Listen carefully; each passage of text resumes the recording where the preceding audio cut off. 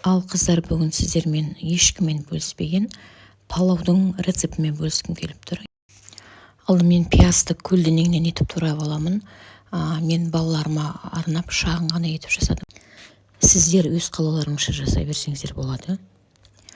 Пияз бен сәбізімізді жақсылап турап аламыз. Одан кейін күрішімізді ыдысқа жуып, су тазарғанша күріштің бетінен етіп салқын суға жіберіп қоямыз. Енді қазанға май құйып қыздырып қоямын.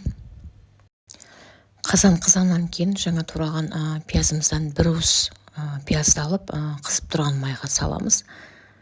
Ол пиязымыз осындай күйге қарайып қызарып қуырылғанша қуырамыз.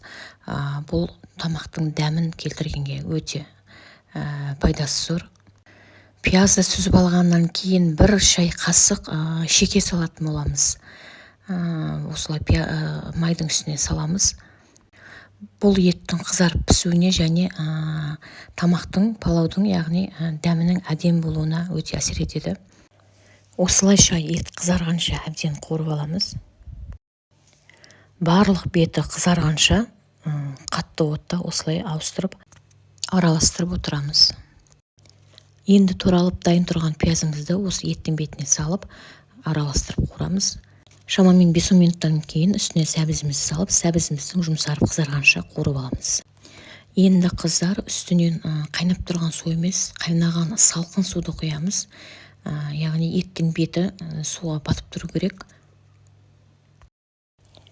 Міне осылай суымызды құйып, үстінен тұзымызды салып, баяу отта қайнататын боламыз. Міне осылай мен шамамен 20-25 минуттай қайнаттым. Енді ыдыста жібіп тұрған күрішімізді палаудың бетіне осылай салып шығамын.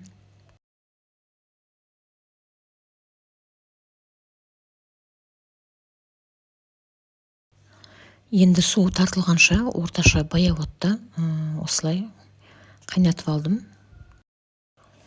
Су тартылғаннан кейін осылай қасықпен әр жеріне осылай тесіп қойдым.